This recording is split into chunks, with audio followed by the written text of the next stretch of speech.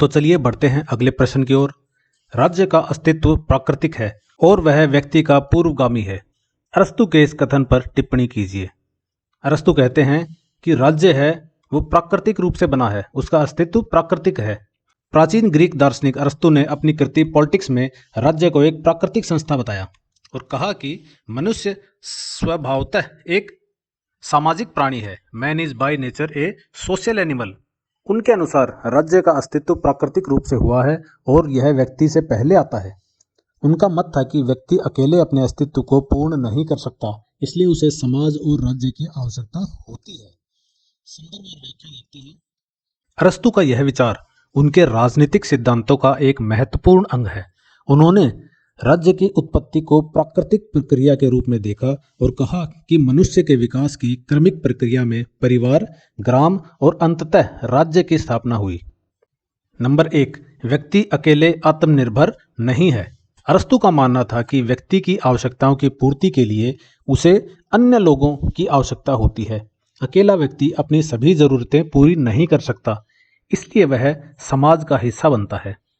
Number 2, राज्य सर्वोच्च संस्था है। अरस्तु के अनुसार राज्य सर्वोच्च संस्था है। अरस्तु के अनुसार परिवार और ग्राम राज्य की ओर बढ़ने वाले प्रारंभिक चरण हैं, लेकिन अंतिम और पूर्ण रूप से आत्मनिर्भर इकाई राज्य ही है। नंबर 3, राज्य का उद्देश्य उच्चतम नैतिक जीवन प्रदान करना। उन्होंने राज्य को मात्र सुरक्षा और प्रशासनिक संरचना नहीं, बल्कि नैतिक और बौद्धिक विकास का माध्यम माना। इस विचार की आलोचना देखते हैं हम। आधुनिक व्यक्तिवादी दृष्टिकोण से आलोचना देखेंगे, उसके बाद राज्य के प्रति पूर्ण समर्पण देखेंगे। आधुनिक व्यक्तिवादी दृष्टिकोण। आज के लोकतांत्रिक समाज में व्यक्ति के अधिकारों को राज्य से अधिक महत्वपूर्ण माना जाता है।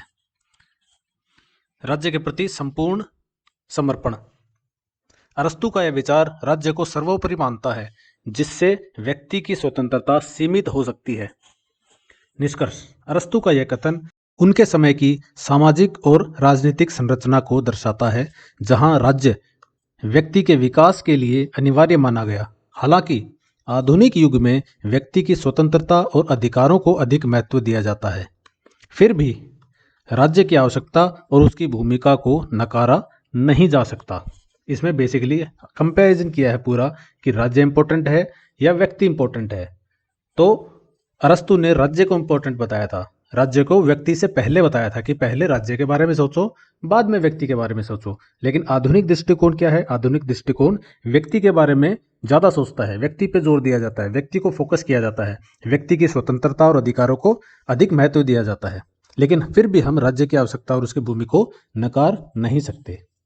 इसी के साथ अपना उत्तर समाप्त होता है। मिलते हैं नेक्स्ट वीडियो में एक नए प्रश्न के साथ। Till then take care, bye bye, Tata.